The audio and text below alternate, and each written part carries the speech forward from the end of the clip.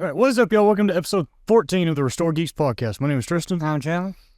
And, welcome to the Restored Geeks, where we do an analysis from a Christian perspective on differing stories within the media arts.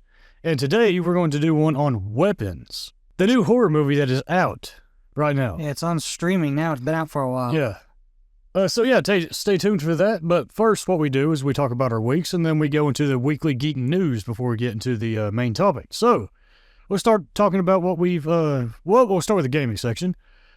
Start out with talking about what we've been playing this week. What have you been playing, Chandler? Borderlands 4? I did play a little bit of Dying Light, but I'll get to that after I'm done with Borderlands. Dying Light the Beast? Yeah. So I don't really have much impressions on that, because I only played it for a few minutes. Yeah. It is better than 2 already, so I can say that. Yeah, 2, I don't think 2 was bad. It was just mid. I didn't finish it because it got stale after a while. Well, a lot of the systems that they took out from the first game are put back in this game, so... Yeah. That was one of my biggest gripes, too, was them removing, different systems, but... Yeah. For me, it's been Hollow Knight, just playing through it, because I do want to play through that, and Silksong, and then... beat Clear Obscure Expedition 33 after that. I plan on trying to do that before the end of the year. So, yes. Good luck. Yeah, Hollow Knight's really good so far. I really like it. Well, now you have extra time because Ghost of Yotai has gone out the window. Yeah, we'll talk about that. Yeah. So, yeah. But yeah, that's about it. That's all I've been playing. So I guess we'll get into the weekly gaming news this week. Which I have all. Yep. The Silksong devs have been tweaking the game as they're realizing that players are finding it too hard. Mm-hmm. A lot of what they're pulling this data from is PSN profiles with actual completion of different trophies, and then Xbox achievement completions are extremely low after the mid-game. Yeah. Or they're extremely low early game because of 2 bosses, and then they go even lower mid-game.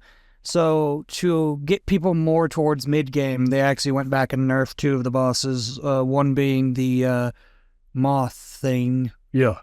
That you saw me fight. Yeah. Made me angry. Yep. And then the other one being one called Sister Splinter.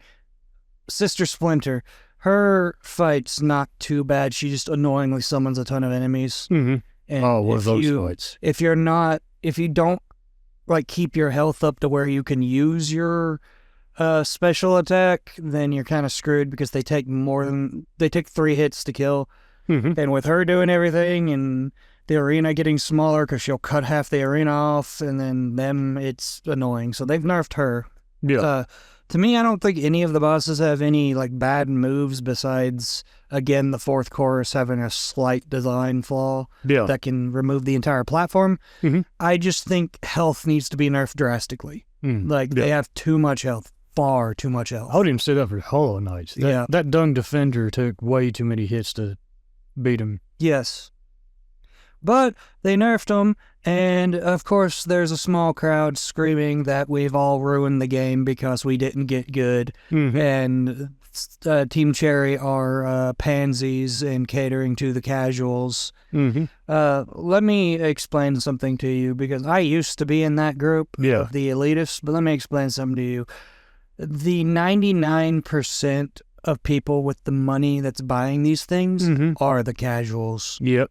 That's how it is with most games. So get over it. Most games that get popular. Yeah. I agree with there should be some level of difficulty, because I completely disagree with the direction Nintendo's going with Donkey Kong Bonanza and their games just Kirby being way easy. It's too easy, yeah. But I also disagree with games being hard for the sheer point of trying to make you break a controller or something like that. Yep. Which is the direction FromSoft is going. Which I don't like. And other game companies, because FromSoft has created this trend that Dark Souls blew up because it was hard, which that's not the entire reason why it blew up, but there's many different... It's one of the reasons, but there's many different factors that go into it. It was also just a good game. Yeah. Well, it was like a revolutionary game. Yeah. And how it did its... It created its own style of gameplay. Souls-like. That's why it's called Souls-like. Yeah. Well, I mean, for like Silksong, my biggest example of too much health is the boss. By the way, it's been out for 2 weeks. If you've got spoiler issues, skip ahead a little bit, but Yeah. I'm not worried about it.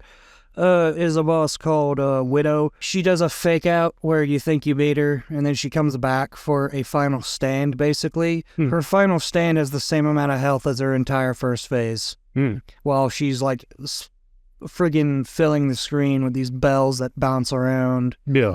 And then dashing across the floor, which does 2 hearts of damage each hit. So, yeah, that was my issue with Widow, because the final phase taking 30 more hits, like 15 to 30 more hits, is ridiculous. That's supposed to be a final stand. Yeah. Not a whole second phase. Right. If it was a whole second phase, she wouldn't be attacking as drastically as she was. Yeah. Yep. So, but yeah, that's it. Now we get on to our weekly section of Let's Crap on Bungie. Let's go. Let's get the music. Anyway. Bungie is our favorite gaming dev punching bag. Yes, Bethesda has fallen short of us wanting to punching bag them. So Yes. it's now Bungie. Mm-hmm. Destiny 2 Ash and Iron released absolute dog water garbage. It's one of the most non-updates I've ever seen since Curse of Osiris. Yeah. Screw you, Bungie. I'm not playing your game anymore. Yeah. At least not unless something drastic changes. They showed off the next update, next DLC. It didn't wow me because it was clearly just a Star Wars crossover insert. Yeah. Because it's got like the Cabal and they're literally dressed like stormtroopers. Mm-hmm. And we have the 2-legged walker from Star Wars in the game. I don't care. Yeah. I don't care. Yeah. Marathon, the new character models got leaked and they look absolutely horrendous. They look like non-binary garbage. Yeah. Is what people are describing it as. So what was that game? The game that got canceled like immediately. Concord. Yeah, Bungie sucks. I'm done following Bungie. Yeah. Yeah, but modern Bungie, not the original that made Halo 1, 2, and 3 and ODST they're gone. and Reach. Yeah. They're gone. Oh yeah, they've been gone. And if they're still working at the company, they're still gone. Yeah, That person died and left. Mm-hmm. No, they had other controversies this week, stuff like putting the original Taken shader from Taken King behind a $20 paywall. Yeah. It's stupid. Yeah, I quit. I'm done. Yeah. Down to games. Okay, so this one comes from Joseph, who couldn't be here. Yeah. I did look into it, so I can talk about this one. DK Bonanza already got a DLC, and people are calling it a scam. That's because it is a scam. What is it? It is a roguelike mode Mm-hmm. added to Donkey Kong Bonanza. And I say roguelike lightly because it's garbage. A roguelike is typically procedurally generated with random encounters. Yeah. No, not this one. This one's just crappily slapped on with lazily made maps and crappy upgrade system that are always the same. Yeah. They're charging $20 for this garbage. Okay, yeah. I was going to say, it depends on how much it's charged for. Silksong is $20. Yeah, that's a lot. That's ridiculous. I hate $20 is almost a new. Yeah, you can make it. It's a whole game. Well, $20. if we want to continue on the crapping on Nintendo, which first off I want to mention that Nintendo, you need to back off with the patents. Yeah. Nintendo patented 2 things. They patented summoning creatures and having them fight for you. Yeah. That's like 90% of Elden games. Ring. That's another thing. Here's the thing: they didn't come up with this first. No, they didn't. There are games like Shin Megami Tensei Yeah. that came out years before the first Pokemon game came out. Yeah, Dark Souls didn't. Dark Souls and Elden Ring didn't invent this. No. So they're Well, that's the thing. This is the reason you don't do this with gaming, is because something that's so over, like such a broad generalization. could you imagine if a movie company decided to patent explosions? Yeah. Michael Bay patents explosions. Yes. Stuff like that. Like, this is absolute garbage. Nintendo, back off and quit. Yes. Like, holy crap. I agree. The other one that they patented is riding on animals. Okay, We know how many games. go back and sue Moses for riding on a donkey. I mean, you have games like Shadow of the Colossus back in 2005, I think is when that game came out. Well, that's the biggest issue here. These patents are so vague that there has to be some form of corruption in the U.S. Patent Office that allowed that through. Yeah. Because allegedly corruption. Mm-hmm. Don't even try it. Yeah. Because holy crap, how did those get through? Yeah. How did it become a thing and it even become a lawsuit? Yeah, exactly. They're trying to use this, and right now, Palworld's devs are lawyers, are correctly taking them to task on it because they're bringing up every frivolous little thing that falls under these patents, and they're like, why don't that one do it? And then Nintendo has to say, well, because why don't that one do it? Well, because it's not. Why don't that one do it? I want to see Nintendo try and sue both From Software and CD Projekt Red for writing. They both have FU money. Yeah, exactly. They're not. Their games have gotten massive. They're not gonna win. Mm-hmm. Like there's something about a mod for a game that Palworld brought up, and Nintendo was like, well, mods aren't full games, so they don't count. Yeah. Stupid. You have to figure out Nintendo. It's like if Bethesda tried to patent mods just because their games have a ton of mods to them. Yeah. And more news, more crapping on Nintendo. Friggin', if you want to get all the Pokemon in Pokemon Legends EA, you basically have to spend $130 on the game. Nice. Because they've locked 5 of the Mega Evolutions behind a $30 DLC that's already on the disc that you have to pay for day one. Mm-hmm. And then plus you have to pay for Nintendo Online because they're locking them also behind a tournament system that nobody wants to take part in. Mm-hmm. Yep. That's the same thing Bungie got in trouble for, because you bought their game for full price. You could glitch into their DLCs. The stuff was already there. They were just waiting to release it. And then when they released it, you had to pay an extra, like, what, 40? Yeah.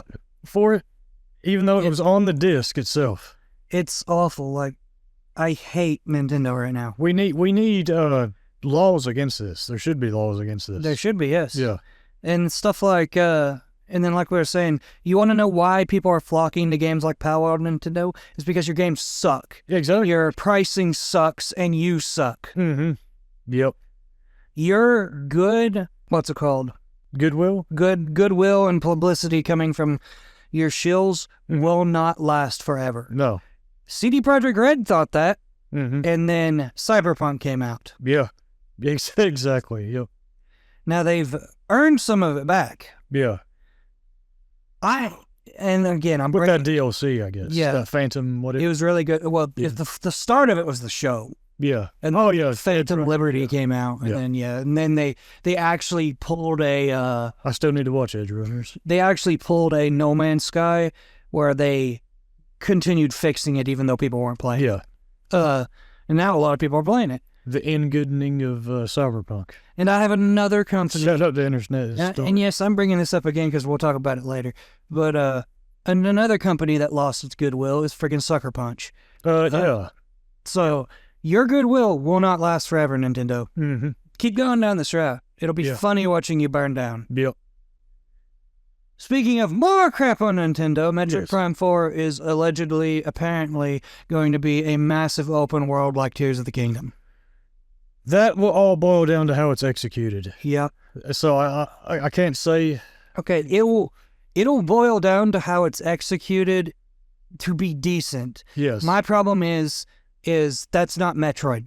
That isn't Metroid. Metroid has always been open-ended with interconnected areas, but not fully open world. So that's why this could be cool, or it could absolutely break the game. Not break the series. The original trilogy stands on its own. The first game stands on its own. But what I don't want is a massive open world that is empty and just me running around. Exactly. And Ubisoft get this tower to unlock more of the map. Please, none of that. I won't be surprised if it is, but Yeah. The Metroid Prime trilogy is one of my favorite trilogies in gaming. Metroid Prime 1 especially is one of my favorite games, so I am going to get Metroid Prime 4 no matter what, unless, I don't know, Unless the devs come out and trash it. Okay. Unless the devs do something. Well, I mean, we're going to bring it up anyway. So, y'all probably already know one of the reasons why we didn't have a episode last weekend is because of everything that was going on in our country with all the deaths that was happening on Twitter, and then the biggest one obviously being activist Charlie Kirk got killed. And we're going to bring this up here in just a second, but a lot of devs basically danced on his grave and lost a lot of respect. Like, you don't have to, we're not going to get in politics, like whether or not you agreed with him or not. It show at least some human decency that he was a human being and he had a wife and kids who are now not going to be, the wife is now a widow and the children are now orphans. Yeah. Well, not entirely. Not orphans. They're fatherless. So at least show some human decency. So unless, Retro Studios making Metroid Prime 4 comes out and does something like that, I'm playing Metroid Prime either way. Prime 4 either way, but we'll see how the open world goes. But speaking of the Charlie Kirk situation, you want to go into Sucker Punch? Yeah, Sucker Punch, I'm not supporting them anymore. I will not be buying Ghost of Yotei. Yeah. Because they have a person absolutely crapping on Charlie Kirk's death. The main producer. Of the game, yeah. And then they refuse to comment or... Well, didn't they just recently come out with like a non-apology? Okay. We'll get to that. Yeah. They refused to comment on the situation and condemn, that was the word I was looking for, what the dev said. And they stayed silent for a week. And instead of apologizing, they tried to slap out 2 Ghost of Yotei trailers in hopes to get people looking elsewhere. Mm-hmm. Those trailers got ratioed into the ground as all the comments are like, how dare you speak this way about Charlie Kirk and stuff like that. Then they come out with apology only after all of that. Mm-hmm. They come out with a non-apology, basically. And now they're saying they're worried that Ghost of Yotei is dead on arrival. Well, I mean, you shouldn't have allowed that ghoul of a person to say what they said. Unfortunately. And then said nothing and wait way too long to say anything. Unfortunately, if you want to know more, go to Babyface versus Heel, I think. Yeah, something like that. Yeah. It's Az's YouTube channel. He's gone into more detail, and unfortunately, it seems like Sucker Punch has been completely overtaken by the parasite that is the left. Yeah. Ghost of Tsushima is one of my favorite games to come out this decade of 2020. It might actually be the best game to come out of 2020. I have yet to beat Expedition. We also are yet to, because I know you're going to laugh and be like, you're going to be laughing like, no, it ain't. We don't know that because Rockstar does make pretty good games. Yeah. It could be. It's The Last of Us Part 2. Yeah, it's The Last of Us Part 2. Last of Us Part 2 is the best. It needs another remaster. I'm surprised Neil Druckmann has said nothing on this whole situation. It needs another remaster. I've gone a month without a graphical upgrade. Exactly, yes. Neil Druckmann, the subversive god, take all my money. But yeah, I'm not buying Ghost of Yotei, even if people are saying it's a 10 out of 10. I'm sorry. I'm not supporting this company. Yeah, I don't care anymore. I'll always love Ghost of Tsushima because those people did not, these ghouls, yes, I'm calling them ghouls because I'm sorry. Like, I pray for them, but when you're dancing on the grave, you lose pieces of your humanity if you dance on somebody's grave like that. Yeah, like that, yes. They weren't working on Ghost of Tsushima, so it was a different person who produced it. So. All right, and our last gaming news. Randy Pitchford, come here. Get close. Turn your earbuds up or whatever you're listening on. Mm-hmm. Please, I have something to tell you. Put the phone down. Leave it alone. Let your game thrive. Holy crap, get off of social media. You're pulling a Kanye. We're Randy West. If you're wondering what I'm talking about, Borderlands 4 is an amazing game. I truly recommend it once the bugs get fixed, once it gets a bit more performance. I'm not going to disregard the performance because, again, we are in 2025. Yes. Why are we having performance issues still? Exactly. Now, Randy, seeing people complaining about performance, the good mask, the mask that he had on where he was all happy and good-willed, it didn't even snap off. He took it and he smashed it on the ground like Boogie did. Yeah. It's friggin'... And he took to Twitter, and it's not the game's fault, it's our fault for being too poor to truly enjoy Borderlands 4. Our PCs are outdated. Well, my console isn't outdated, and it still sucks on my console. So there is definitely a memory leak somewhere as the game deteriorates after an hour. Yep. But Randy has been posting tweet after tweet after tweet, responding to everyone in this hateful way. He's killing his own game. Randy, shut up.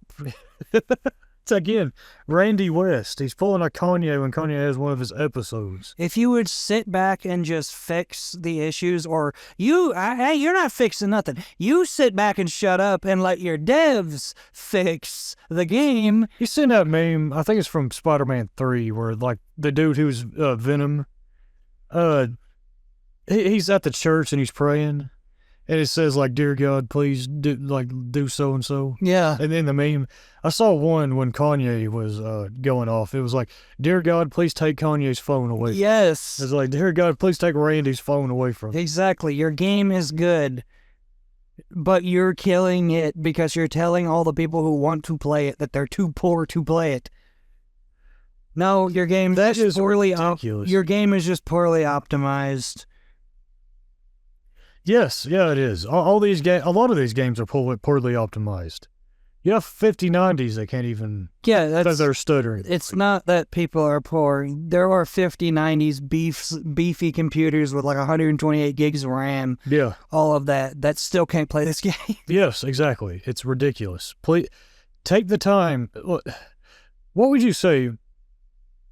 It's optimization. Well, no. I was going to ask, like, do you think them doing it on the console first should be the priority? Like, optimizing it on the console? Because a lot of times when you optimize it for PC, the consoles can barely run what game it is. Yeah, if optimization. Here's the problem, though. All game dev happens on the PC. Yeah. Yep.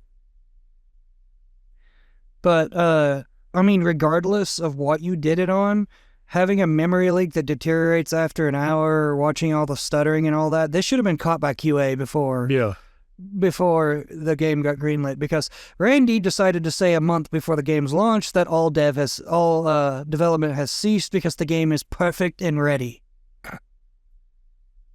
Randy needs to get out of his ivory tower there. Yeah, like a little bit.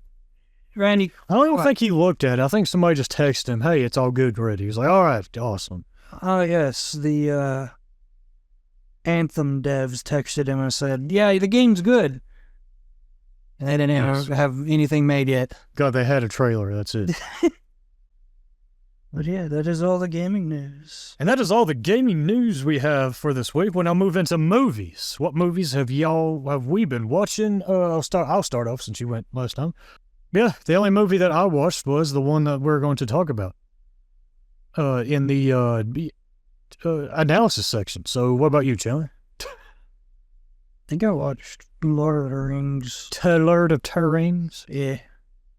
Fellowship of the Ring, I was finishing that. Yeah, awesome. It's 4.5 hours long. The director's extended edition? Yes. Nice. Awesome. Movie news? Now on to movie news. We had them all again. Yep. So, Nintendo announced the new Mario movie. It's the Super Mario Galaxy movie. No, is it going to be the same, like, Super Mario Yes. with Chris Pratt? With Chris Pratt. Nice. Hello. And Jack Black. As Bowser. Yep. And Seth Rogen as, I don't even know if he'll be in that. Bruh. You can't. But, I don't know. The first one was mid. It was all right. It was inoffensive is what I was calling it. Yeah. It doesn't insult your intelligence, but it also wasn't anything to write home about. So, Joseph had another one on here, Anaconda reboot. I don't even know what Anaconda is. Anaconda is an old kind of goofy. By goofy, I mean it's not like a satire or anything. It's an old horror movie that starred Jennifer Lopez. It was goofy just because of it's a movie about a giant anaconda snake that kills people. Oh. That's the premise. But this was going to have Jack Black in it. Because Jack Black's going to be in everything, and he's going to just play Jack Black. Well, Jack Black is the new, right now he's the new... Pedro. No, Pedro is the new Pedro. Pedro is still the new Pedro. Yeah. Jack Black is the new... Kevin Hart. I guess. I was trying to go back to what's his name. Jim Carrey? No. Jim Carrey will always be... There was another guy that was in every movie. He's never won an Oscar, though. Oh, yeah, but he's an actual actor, though. Yeah. Leonardo DiCaprio. Leonardo DiCaprio. Jack Black's not an actor. He just plays Jack Black. Pedro's an actual actor, but he's a turd nugget on social media. Yeah. Well, Pedro actually... Jim Carrey's the only one that the people... he was so, charismatic and good at what he did that despite the fact that he just plays Jim Carrey every movie he's in, everybody was just like, yeah, just let him do it. Well, that's because they also cast him in roles that are perfect for them. Yes, exactly. Jack Black keeps getting casted in roles that are not Jack Black. Mm-hmm. But he's Jack Black. Now, you could say that Steve could be anyone, but I disagree with that, actually. Yes. But, yeah. But speaking of weapons, since we'll be talking about it in a minute, yeah, the director of Weapons is coming out with a new Resident Evil movie, and he said that he will be focusing on the game world and keeping the game world intact. Yeah. He specifically said, I will not steal Leon Kennedy and make him my own. I will steal the Leon Kennedy from the games, and he will be Leon Kennedy from the games. Yeah. Yeah. That's at least reassuring to hear. It's just after watching Weapons, it's going to be wild. It'll be a wild movie, but it's right up his alley. Yeah. The thing is there's not a single good Resident Evil movie. There's not a single one. This may be the first. Suck. Yeah. The bar is so low for Resident Evil movies and media that they could make a movie that's just boring and it would still be better than any of the others. Yes. Because the ones that have, what's her name? I forgot. Mia Malkovich, I think is her name. Those movies are so bad. They didn't even crop the Lictor. It is terrible. They didn't even crop the CGI of the Lictor into the scene. He was still on the layer above. Mm-hmm. So he popped out of the actual back. It's so bad. It's terrible. No, there's 5 of them. And by the time the third one came out, people were just watching it for the lulz. I mean, there's another game series that has not been adapted well, and that's Silent Hill. Those suck too. There's only you can only count a hand, on one hand, the amount of game adaptations that are actually good. Yeah. So, yeah, most game adaptations suck. But, we got Mortal Kombat 2 coming out. The only thing that I'm looking forward to is what's his name playing Johnny Cage. Yeah. Butch, the guy, I forgot his name. But he's actually a really good actor. He's charismatic and all that. But yeah, TV show. Moving on, that's all we got for movie news. So moving on to TV shows, which, Chandler, you go now. For what TV shows you been watching this week? Binge through season 2 of Wednesday with my mom, and I gotta say, it's staying consistent. Good. That's awesome. I haven't seen it, so I can't say anything on it. But there are a couple things in it that... Sorry, my bad. It's the Addams Family, yeah. There are a couple things in it that are a little unpolished. Yeah. Sometimes the characters just stumble across the answer to what they're looking for just by Deus Ex Machina. Yeah. But other than that, it's still consistent. Yeah. Get it? Yeah. Hey, for me, it's I tried to binge through Demon Slayer, the entire series, because we're about to... He tried to 2 days before the movie. Yeah. We're about to watch the movie, actually, after this podcast, so we're not going to be able to talk about the Infinity Council movie here, but we will next week. But yeah, I tried to binge it season 1, but then I decided, I've seen 1, 2... Well, I've seen 1, Mugen Train, season 2, and then season 3, I haven't seen season 4, but I did just watch season 4 now. So I binged through season 4, and yeah, it's Demon Slayer. Demon Slayer is a show, honestly, that had the potential, in my opinion, to honestly be probably one of my favorite shows of all time. And one of the reasons why is because I think it strikes a perfect balance of being lighthearted and fun and uplifting when it wants to, but also having teeth to it. because it has no problem getting dark and gory in parts, and even like killing off kids and all that. Because like you heard it here first. He loves when we kill off. Yes, kids. I love when to kill. No, what I mean by that is that it isn't afraid to do that, because like you have that episode in season 4 that I just watched last night where what's his name, the Hashira that's constantly crying and he's like praying and he's like the blind one. Yeah, you get his backstory, and he was taking care of a whole orphanage of kids, and a demon comes in and the demon straight up slaughters like most of them.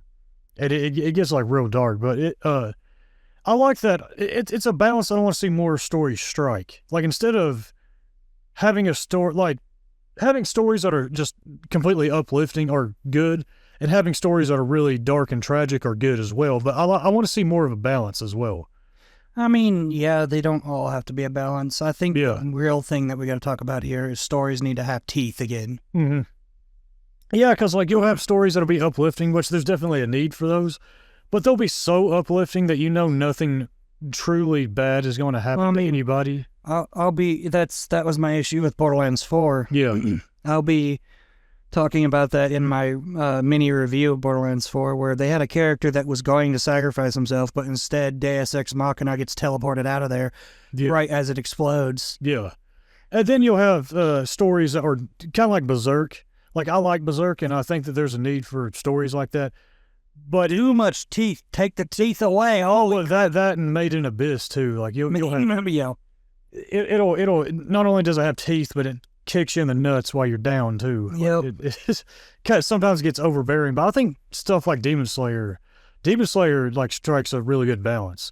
It's just the thing about it is, my biggest gripe is that it's not a tight story. No, the biggest like leak in the story is the power levels. Yes, that is the biggest flaw with it, because it mostly goes by therefore butt riding.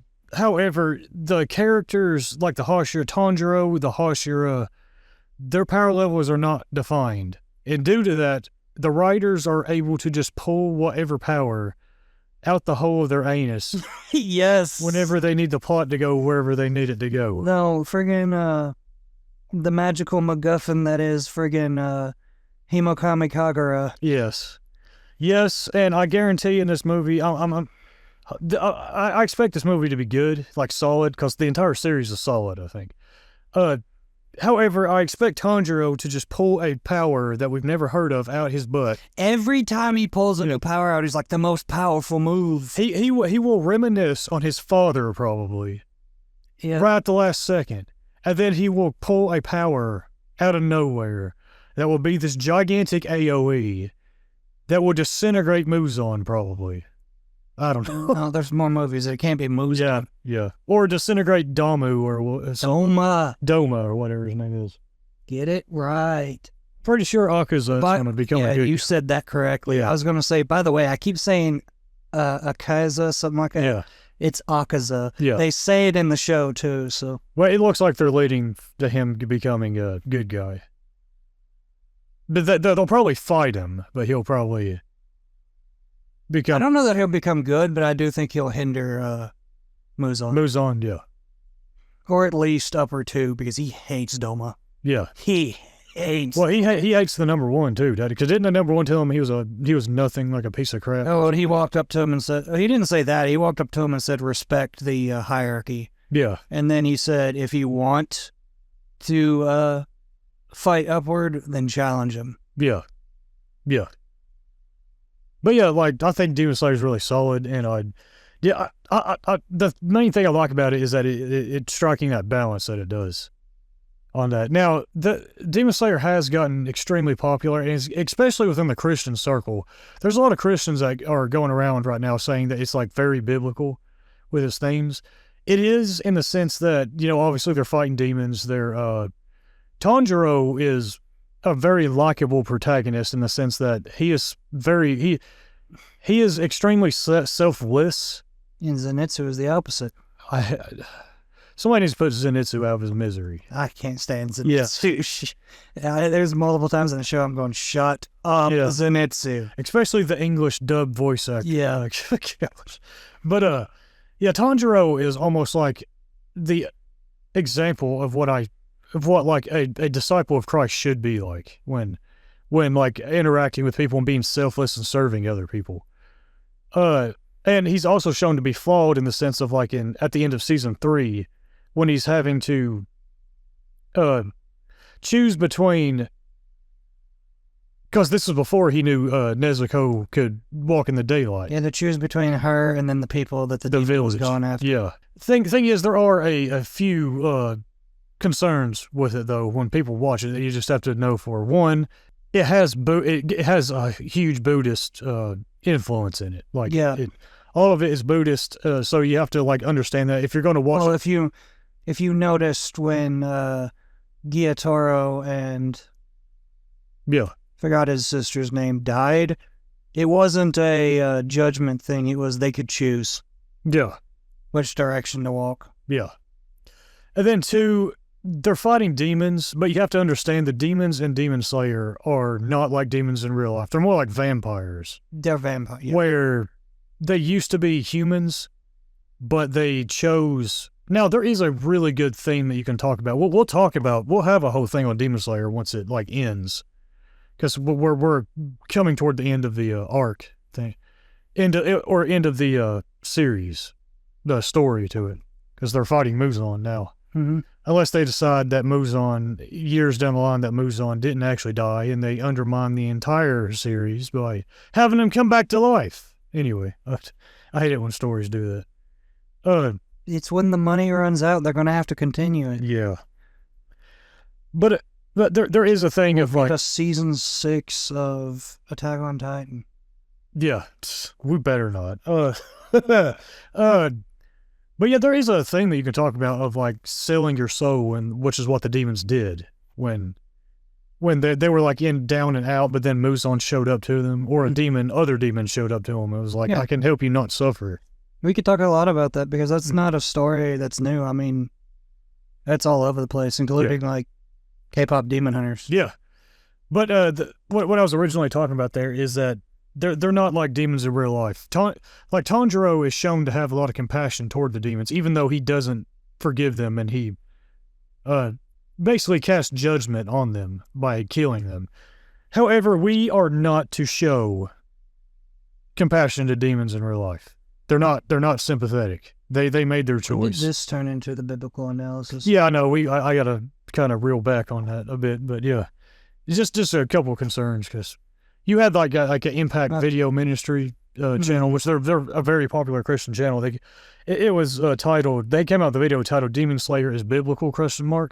I haven't actually seen the video, but it's interesting that they came out with it. Yeah. So shout out to them. You have Tanjiro, who's selfless. Mm-hmm. You have Zenitsu, who's selfish. Yeah. Then you have Inosuke, who is brainless. Inosuke's an animal, is what he is. Inosuke is your Dark Souls protagonist. Yes. He know one thing, and that's fight. Just fight, yes. And he don't fight with any sense of thought. He just bashes his head against the boss over and over and over again till it's dead. He's a strength build. He is. He just comes in and just... He's a strength build using dex weapons. Yes.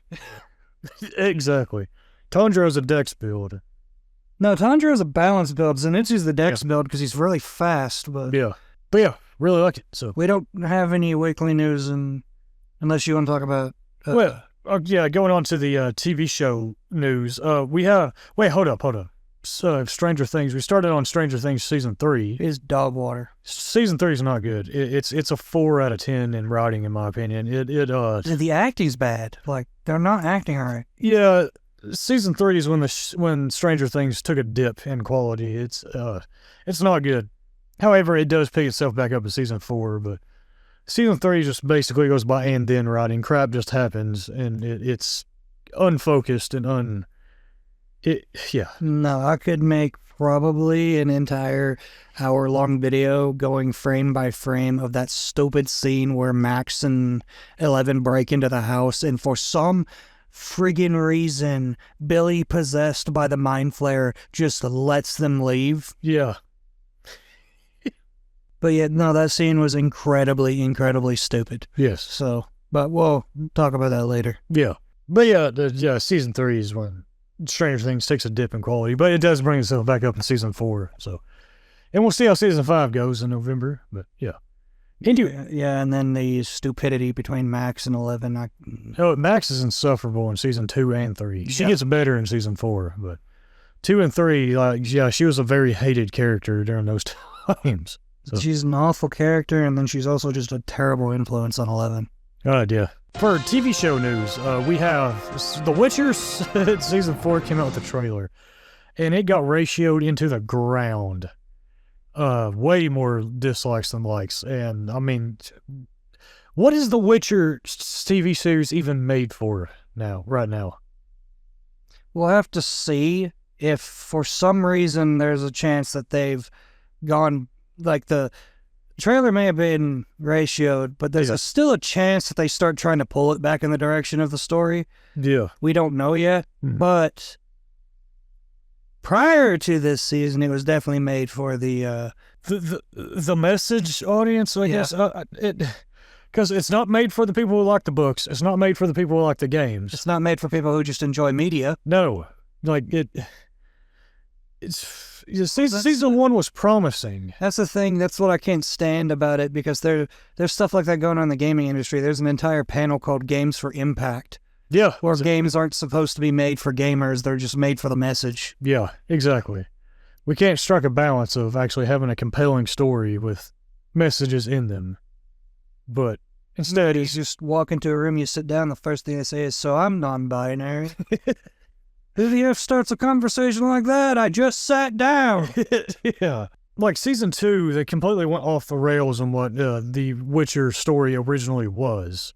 And that made Henry Cavill mad, so he left.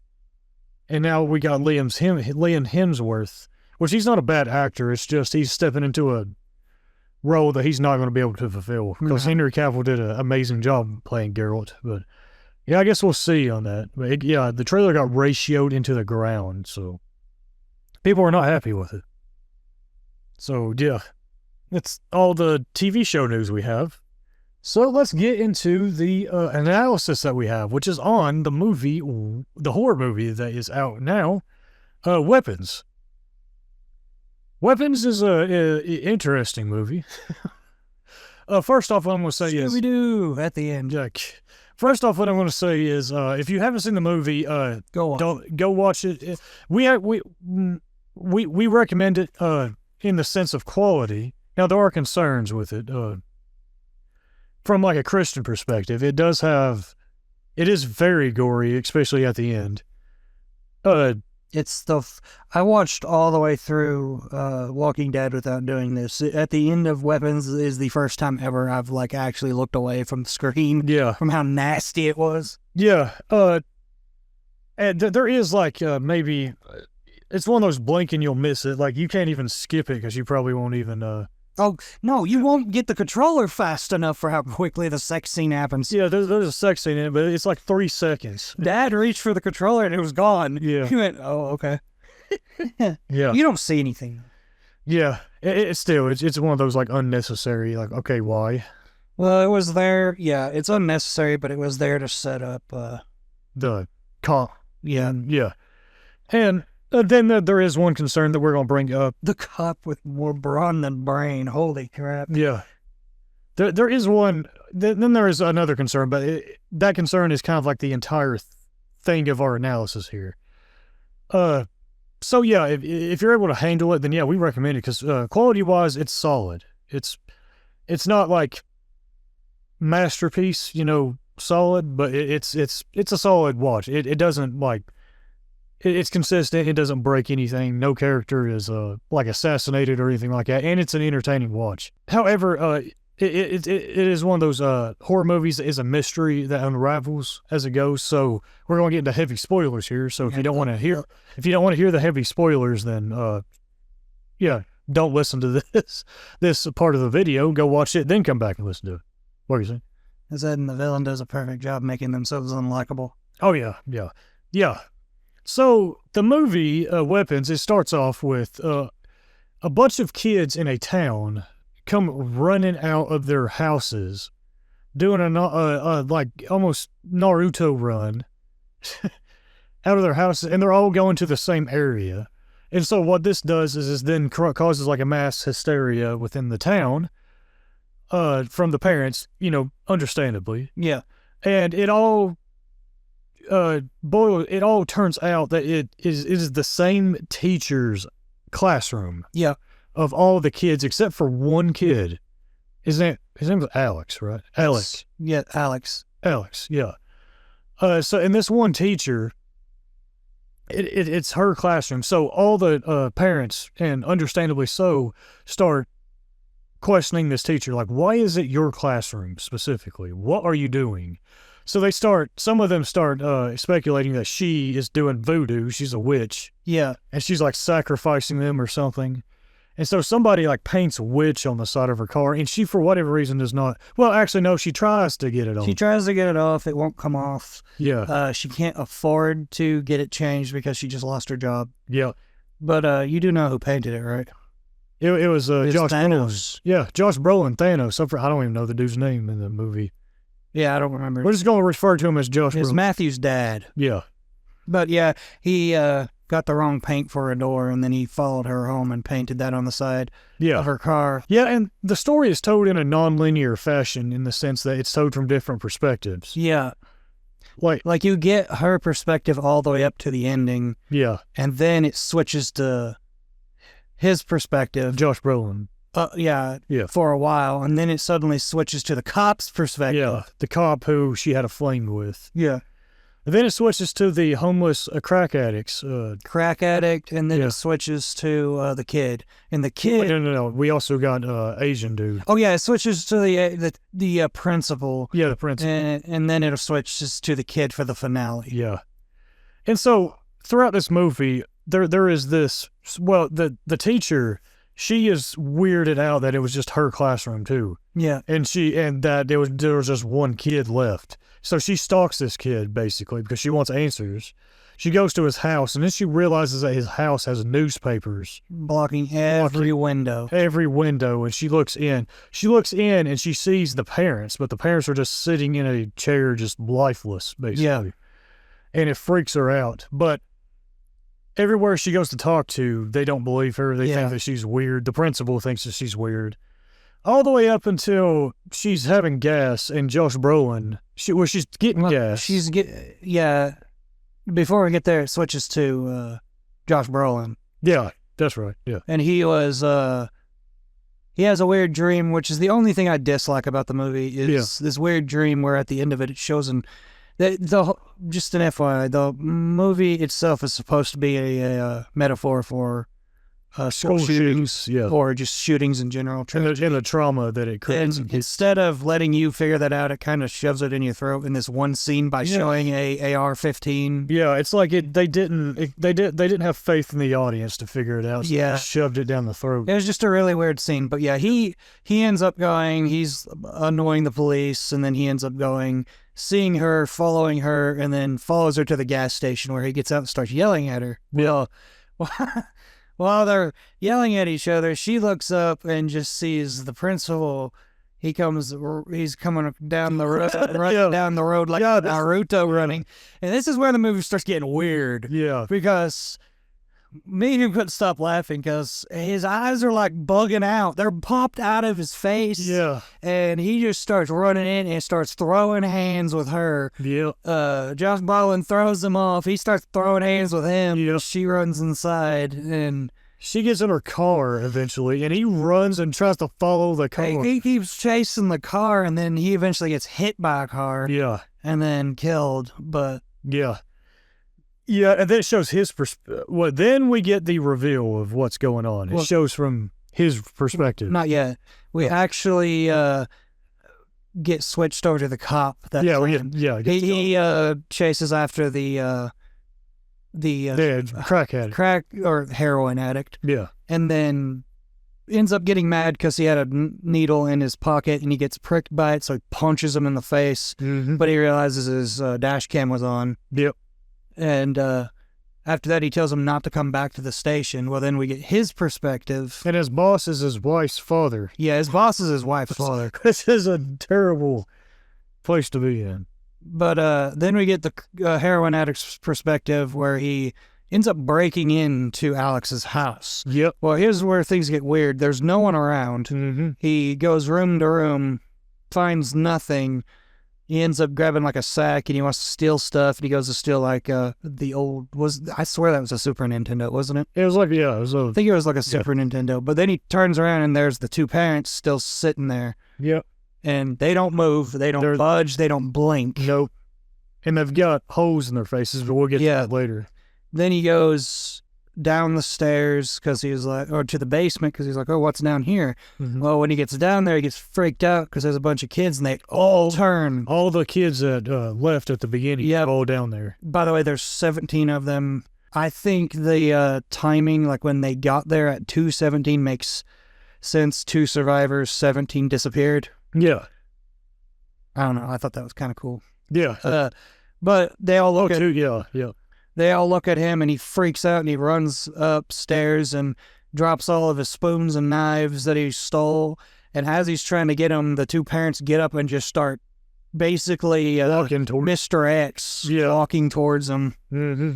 But he eventually runs out. He calls the police station where he's like, I found the kids, but the dude's a freaking heroin addict. He's an idiot. He don't know how to say it, so they don't believe him. He also does not... And this isn't a flaw with like the storytelling. This actually plays in line with how dumb his character is, how dumb he is as a character. From his characterization, he doesn't realize that he's telling them that he's admitting he broke into a person's house. Exactly. He was not ever going to get the reward money because they'll be like, okay, now tell me why you're in the house. Exactly. Yeah. And he'd be like, well, I broke in, so, and then they're like, well, if you're not getting the money, you're going to jail. Exactly. But he ends up calling that. The cop then sees him across the way and starts chasing after him. Mm. He runs and he goes back to his tent, which he had a tent that he was living in, mm-hmm. and he looks out and sees what I could only describe at the time as Pennywise the Clown out in the woods, so it freaks him out. He jumps in his tent, closes it, and then the zipper starts to go up as someone's getting in, so he thinks it's that person he saw out in the woods, so he grabs his needles and then stabs. It turns out it's a cop. He stabbed the cop in the face. Yep. But he tells him that he knows where the kids are. They end up going to the house. Now, this is where it starts getting weirded out because he goes up to the door and the door opens right away, which we all know that's not been happening yet. Yeah. So the cop goes in. Then it switches to nighttime, and you get the freaky scene where the cop just opens the door, stares at the car, and then he goes storming towards the car, like mysteriously, grabs the dude, and then just drags him into the house. We also forgot to mention from what's-her-name, the teacher's perspective. She's at the house, and she says... Okay, the reason I didn't want to mention this is weird. Yeah. Where she's laying in bed. Oh, no, she's asleep in her car. Oh, yeah, we forgot to mention this. One flaw, too, is that nobody locks their car door or the door to their house. No house is locked. Yeah. No door is locked. Yeah, she was laying in her car in what I consider to be the actual freakiest scene of the movie. Yes. Is she's laying in her car, and the camera just kind of pans over to the house because she was waiting on Alex. Mm-hmm. The door opens, and the mother steps out. Yep. And she starts twitching and walking towards the car with a pair of scissors. Yep. Ends up getting in the car. Behind her, you can't see her. It's free. This is the one point in the movie I was going, yep. But she gets in and she just cuts a strand of hair, and then the scene changes. And that's how she gets the principal to go after her. Yeah, we'll get to that in just a second. Well, because now we're on the principal's perspective, and this is where you figure out what's really going on. Yeah, we get the reveal of who the villain is. Because we start with him on the phone with the teacher. Mm-hmm. Justine, she wants him to do a wellness check on the house because she thinks something's going on with Alex. So he calls there. The parents agree, in quotation marks, to meet him. Mm-hmm. Well, the parents don't meet him. The aunt does. Some creepy old lady does with Pennywise the Clown looking makeup. Yep. Comes in and she says that she's the aunt of Alex and that she's there. He gets mad because he's like, well, I need to talk to the actual parents. And she was like, oh, okay, I'll go get them. So she leaves. He goes home, shows it later that day. he's eating food with his gay insert boyfriend. As a boyfriend or husband? Husband, yeah. I mean, they were living together, but it wasn't down your throat, though. Yeah. So. Well, there was more to their character than just that, yeah. And they get a knock on the door. It's that old lady again. She comes in, asks for a cup of water. He goes to get her a cup, but she says bowl. Mm-hmm. And he gets her a bowl. Well, she's standing there. She pulls out a branch, and it's got the principal's like ribbons on it, wrapped around it. Yep. And she takes the strand of Justine's hair. Well, she doesn't do that first. She walks over to what's his name and rips a piece of hair out of him. Yeah. And then she wraps it around it, and then she snaps it. Principal goes nuts and starts choking him to death, and then in a very disgusting scene starts headbutting him until his face caves in. Yep. Then she puts Justine's hair around it, snaps it again, and that's when he runs out the door. And so it reveals that this old woman is a witch. Yeah. She does like voodoo, and she gets people's like DNA, I guess, is what you can say, and somehow, or any like possession of theirs. So the person that she wants to control, she gets something that's near to them. Mm-hmm. And then the person she wants to kill, she gets like their hair. Yeah. It's always the hair. She always goes for the hair. So I guess that has to be like some stipulation. Yeah. The thing is the branches she's using is not just any branch. It's from that weird tree. Yeah. Yeah. Yeah, she's doing voodoo. That's where we get the big reveal, and that's when it finally switches over to Alex, the kid, for the final act, where we get to see what actually happened, where she was brought in because she actually is... She's the aunt. His mother's sister. Yeah. And she was there because she has some sort of terminal illness that's not ever explained. Mm-hmm. And she was there because she basically uses the voodoo to feed off the life force of others. Yep. She ends up basically capturing his parents. Yep. He goes to argue with her. She makes him go upstairs, no food. Yep. When he comes back down that morning, he's mad at her, but he doesn't say a word, and she just snaps the branch, and both the parents start shanking themselves in the face with forks. Yep. So she's showing him that she could kill his parents at any time or make them... She literally says, I could make them eat each other. Do I want to do that? She's really good. Really good actor for that role. Yes. Holy crap, actress. Well, this movie does a great job actually making the villain a villain. Like, an actual, like... Oh, yeah, there is no room for... sympathy. Is she really evil or what? No, she's pure evil. Yeah. And then it shows her she's like puking. Yeah. Okay. And then she's puking. She tells Alex that she thought his parents would make him feel better, but she's not got enough. Yeah. So she asks him to bring something from the class of all his classmates. Yeah. Well, Alex is actually pretty smart because he's like, what can I get from all of them? Then he looks over at the cubbies and realizes that everyone drew their own... colored in their own name for their cubbies. So he took all of them. This is the only other gripe I have with this. Justine walks in. His teacher should have seen that they were gone from the cubbies. Yeah. This is glaringly obvious. Yeah. She just doesn't. Mm-hmm. That was my only other issue. Yeah. But yeah, he takes those home, wakes up at like 2:15 a.m.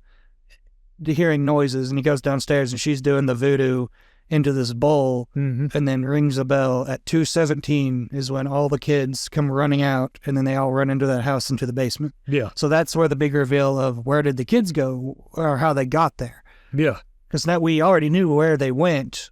It's just how they got there. Yeah. And meanwhile, Josh Brolin is doing detective work. Yeah. He's kind of like, he's looking at the cameras of all the kids that were running out from each of their homes, like the ring cameras, or what they're called. And then he's kind of like marking out on the map, like what direction they were going. Yeah. And he's able to get an area, and that's when he shows Alex. No, he shows... No, not Alex. What's her name? And she says Alex lives there. Yeah, that's the area where he lives. Yep. And then... Did they go to... It shows... Well, before that, it does show that... it does show briefly the cop and the dude coming in and how she reacted to it, where she said, we need to move people out real quick. Yeah. And then after that, we get to the part where she's now been caught. She knows too many people know. She failed to kill Justine, so she decides to bail. So she tells Alex that she's going to stay in her room. He needs to pack. They're leaving. There's salt lines all over the house. And she tells Alex, do not step over the salt. Well, then now, here comes Justine and Josh Brolin. I forgot his name. They come into the house looking for the kids. Well, they don't come into the house looking for the kids. They're sitting in the car, and the cop comes out and just creepily waves, come in. They go in, and he's standing over in the corner. And he waves again. Justine starts walking. Josh Brolin realizes the salt line. He goes, hold on a second, but too late. She stepped over it. As soon as she stepped over it, the heroin addict and the cop come barreling in, screaming and trying to kill them. This is where it stops being horror. This is where it becomes comedy. It's comedy gold. movie. Because how many times did Josh Brolin throw this dude and knock him out only for him to get back up and then charge again? It's like, oh, this again. He just kept going, dude, stay down. He just kept getting back up. And then there is a very disgusting scene where she grabs a grater and starts peeling the skin off of the cop while he's choking her. She eventually gets a gun, kills him. And while this is happening, Alex wanted to go check on his parents and stepped over the line, and they started charging at him. So he ran to hide. She ends up saving Josh Brolin from that dude because the dude was relentless.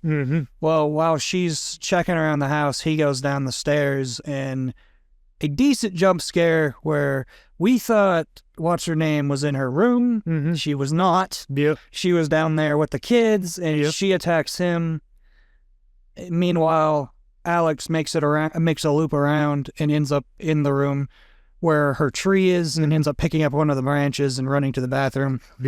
Well, Josh Brolin then comes storming up the stairs like Mr. X and starts attacking Justine. That's when, I forgot her name, but the villain. She comes up the stairs. The aunt. The aunt. She comes up the stairs and is just calm because she thinks she's won. And it was like, yes, you keep doing that while he's choking Justine. But then upstairs, Alex pricks his finger, wraps a piece of hair that he got off of the aunt's wig around it, and then broke it. Then we get the funniest scene where she hears it break, and then goes, oh no, and then starts running out of the house, and then all of a sudden you hear screaming as all the kids come running up the stairs.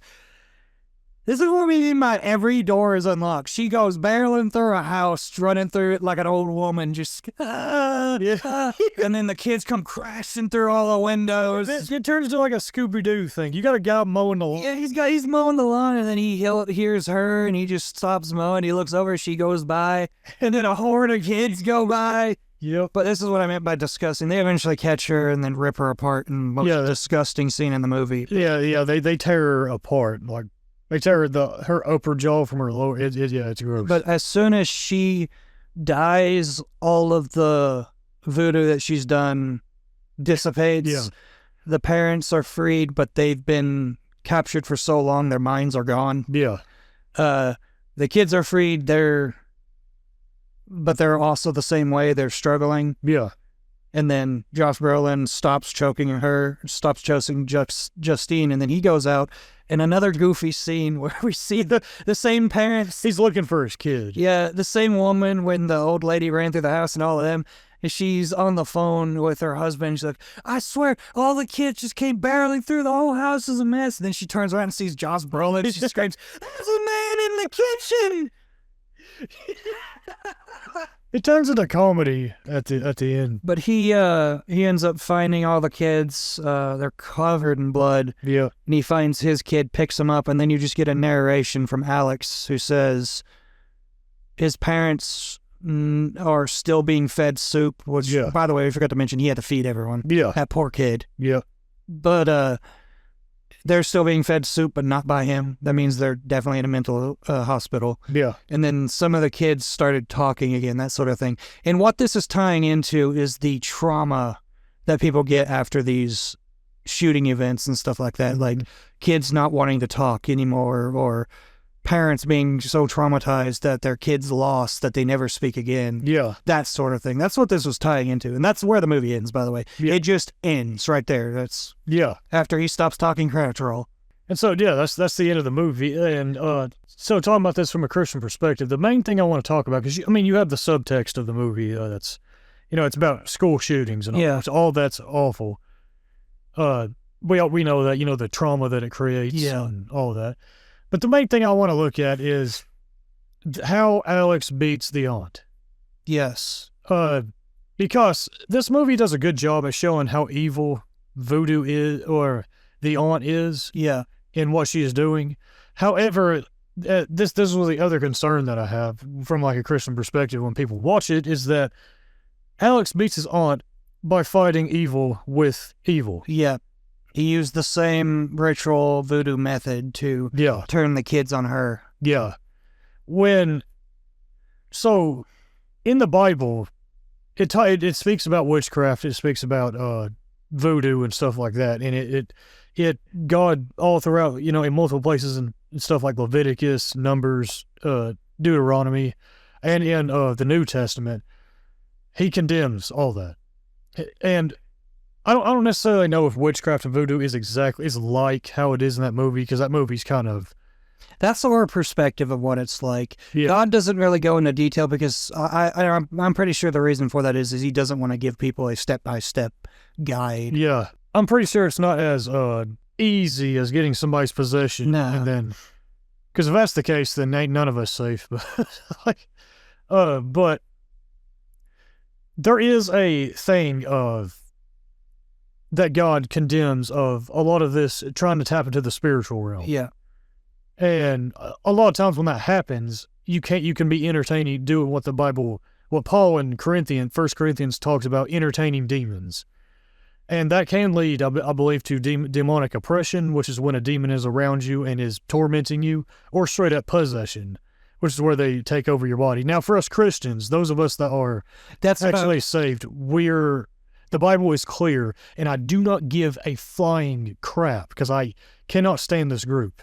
I think this group needs to repent of what they're doing and stop. Demon hunters? They're called the Demon Slayer groups. Yeah. I'm not going to name names, but anybody listening to this, if you hear somebody referred to as a Demon Slayer group, stay away from what they teach, because they teach falsely, and they need to repent of what they're doing. And I do genuinely believe that they are out for money. And that's it. I don't care how good of people they are behind the scenes. Their theology is not good. We as Christians, we cannot be possessed.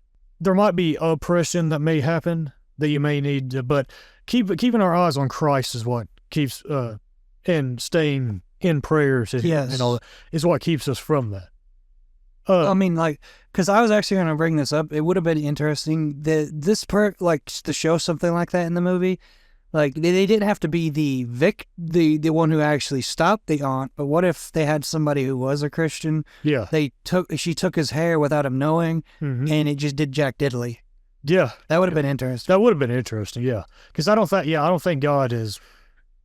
the Holy Spirit is going to be sharing a room with the enemy. No. That just also, goes they completely can't stand against. in his presence. So if they tried to get in there with him, they'd die. They tremble, and then they beg for mercy, basically, as we see in the Bible. We are called not to have anything to do with witchcraft and voodoo and stuff like that, stuff that tries to tap into the spiritual realm.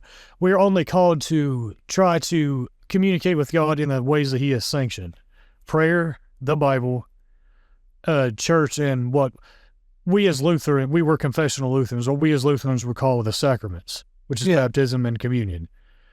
That's it. We are not called to try and find Him through the weird, like, Eastern mysticism meditation. No. Or tarot cards, or astrology, or any kind of witchcraft that falls under witchcraft. Yeah, exactly. Yeah. We're not called to do that. He brings us up several times in the Old Testament. Yeah. I forgot his name. Was it Balaam?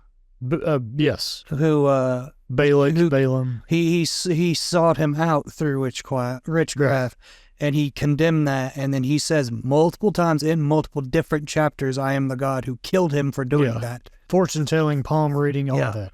King Saul decided to go to a fortune teller, a medium, and tried to have her bring the prophet Samuel back to life. And God actually allowed it, but he allowed it to warn Saul about it. So thing about that is the medium is freaked out when the ghost of Samuel appears. Yeah. Showing that what she was doing was a farce. If you go to a medium yeah. and something actually appears, you would watch them crumble. Yeah, they'll be like, wait, hold up. Usually I fake this, but this is real. yeah. So yeah, we're called to stay away from that. So the thing about that is we as Christians in real life, we are not to fight evil with evil. We are not to fight witchcraft with witchcraft. The good thing is that those of us that are Christian, we don't have to worry about any kind of witch or anything like that. Yeah. Getting our souls, overtaking our bodies or anything like that. Not unless we deny Christ and allow them to happen. Allow that. But that's a deliberate choice. That's not something that happens on Getting accident. your body, regardless of whether you're a Christian or not, the devil doesn't get your soul. You're still subject to judgment. Yeah. So I believe that even if something like that may lead to you dying or something like that, it's ultimately not going to get your soul. It's not going to get your mind, your soul. You'll still be picked up by God. Yeah. And God ultimately fights for us. So we are to fight. And this goes beyond just witchcraft. This goes just to anything in life. We are not called to fight evil with evil. We are called to fight evil with good. It's the whole thing that we're not to retaliate. We're not to take revenge on people. We're to fight that through forgiving them. Now, forgiveness does not mean that they do not have consequences to their actions, but what we do is we let the government take care of that. We don't retaliate. Yeah, because I do want to bring this back to weapons, because some of you may be sitting there thinking, well, what else could he have done? I mean, in the final act, not much. Yeah. But prior to the final act, to be entirely honest, she was using a threat tactic that she couldn't back up. She had no idea if he told somebody. Yeah. He could have gone for help. Yeah. And even if she did know, at that point, you have to make the tough decision of sacrificing someone for the greater good. Yeah. Well, it also boils down that it's a fiction story that doesn't have God in it. So that's the unfortunate, kind of bleak reality of that story. Yeah, well, I was just trying to offer solutions outside of that, because God is very strict about not doing that. Yes. Doing voodoo and all that. Yeah. But we're not to retaliate. Now, back to the revenge thing, we're not to retaliate. We're to forgive them and all that. Now, that does not mean that you don't defend yourself. There's a difference between self-defense and revenge. Yeah. But because the Bible isn't against defending yourself, it's against taking revenge. And when things are dark, we do not fight that darkness with more darkness. Or we do not fight that darkness with something that I keep seeing a lot within Christianity, especially here in the West. We do not fight that darkness with darkness that we then slap Christ over and say that it's actually a Christian. What I mean by that is recently. So recently, obviously, we've had a lot of bad stuff happen in our society here in the United States. We had that one. This one really makes me mad. Because it was sickening. The Ukrainian refugee that was on a subway. Have you heard of this? No. She got brutally stabbed randomly. It was caught on camera and everything. I do not recommend looking up the video to it. It happened the day before Charlie Kirk got shot. And then so that sparked a social outrage. And then the day after that, Charlie Kirk, the conservative activist, got shot in the neck during one of his rallies at Utah and tragically died. And then that same day, a school shooting in Colorado took place. So when things get dark, it can be very easy, especially with the Charlie Kirk situation, because obviously we know now that the shooter did not like Charlie Kirk, was very much against, saw him as a fascist and all that, when that's not what fascism is, but that's a whole different discussion. Saw him as a fascist and decided that he needed to go and decided to take him out. And especially seeing the reaction to that from the far left, not all the left, but the far left, where they are basically celebrating this. It makes those that have conservative views feel like there's no conversation to be had with the left, that they all hate them. And especially those that are Christian on that, because a lot of Christian ethics are kind of put into the conservative political spectrum now.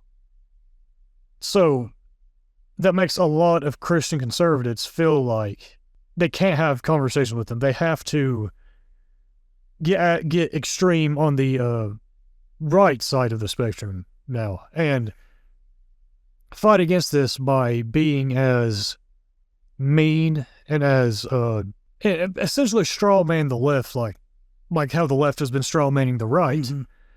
All of that. And even some of them even going so far as to want what's called Christian nationalism, which I hate that term, because you ask 50 different people what that term means, you're going to get 50 different answers. It's the Christian conservative version of the word woke. It has a different term depending on who you're talking to. Like when somebody says, we want Christian nationalism, I have to ask what do you mean by that? But some of them are even going so far as to want that. And the thing is that's essentially evil fighting evil. We're not called to do that. We are not called to fight. And some of them even calling for like retaliation of violence and all that. Not all, but some are, due to this entire situation. And no, that is not how we as Christians are called to be. We as Christians are called to fight evil with good. We're to fight sin with the fruits of the Spirit. With the fruits of the Spirit is gentleness, kindness, patience, all of that. Charlie Kirk was trying to have good conversations with the left, with people that disagreed with him. And yes, he unfortunately died doing that. That does not mean that the rest of us stop doing that. It means that we still try to do that. We still try to be ambassadors of Christ, even if they kill us. Because even if they kill us, it won't stop that entire movement of that happening. It will. The early church, they did not retaliate against Rome, because Rome absolutely hated them, and persecuted and martyred a lot of them. They did not retaliate against them by fighting physically against them. Instead, they continued to try and be Christian and tried to be ambassadors, and they got martyred. However, Christianity spread because the martyrdom of the early Christians caused a lot of the bystanders to realize how evil Rome was being, and they wanted nothing to do with it. And as a matter of fact, the Holy Spirit used it to bring them to Christ. And I believe the Holy Spirit will use what happened with like Charlie Kirk and all of that to bring people to him, to Christ. We're already seeing that with a lot of people after Charlie Kirk died, saying that for the first time ever, they started going back to church. Now, how real that will become, because that happened with 9/11, churches became packed after that. But then after the tragedy died down, it kind of faded away. But still, some of that can still stick, and hopefully I'm praying that all of it sticks. But yeah, when it comes to fighting against evil, we don't fight against evil with evil. We fight it with good, with what God calls us to: prayer, the good fruits of the Spirit, just being the light of the world and not losing what Christ calls our saltiness, not a bitter, angry bitterness, but a saltiness, and that we are disciples of Christ, and we produce the fruits of the Spirit. And the fruits of the Spirit is what helps bring, the Holy Spirit uses to not only make us better people, but to bring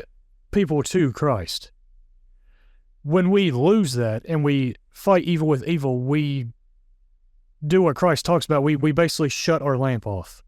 Our lamp is no longer shining. We join the darkness.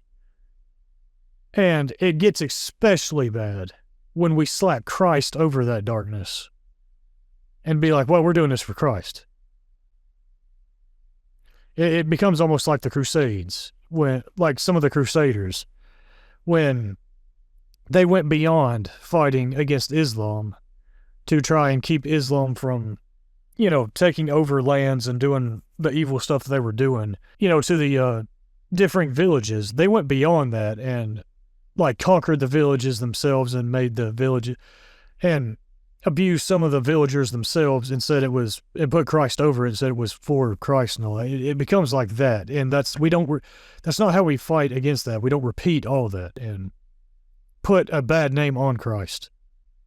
We as Christians, we are called to be martyrs first and foremost for the gospel before we ever pick up a sword, metaphorically speaking, and fight against it. So, and we definitely, tying it back into the movie of weapons, we definitely don't resort to witchcraft to fight against witchcraft.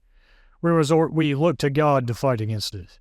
God will fight for us. Even if we die, the big fight is that it doesn't take our soul. That's the big thing. The big thing is not for our physical bodies or for some American dream of happiness and fulfillment here in this life. It's a fight for our soul, a fight for our eternity. And Christ has already won that for us with his death on the cross. So that's the big thing that we look towards. And yeah. So yeah, that is our analysis from a Christian perspective on the movie Weapons. And yeah, there's other things we could talk about, like the whole school shooting subtext that it has to it. But that's the one that really stuck out to me when I watched it and really wanted to talk about on here. So yeah, anyway, what do y'all think? Let us know your thoughts in the comments down below. Hit that like button if you really like what we do. Hit that subscribe button if you really, really like what we do and want to support us out more. It'll help us out greatly. Thank y'all for listening or watching. We love y'all. God bless y'all, and we will see you all next time. Peace.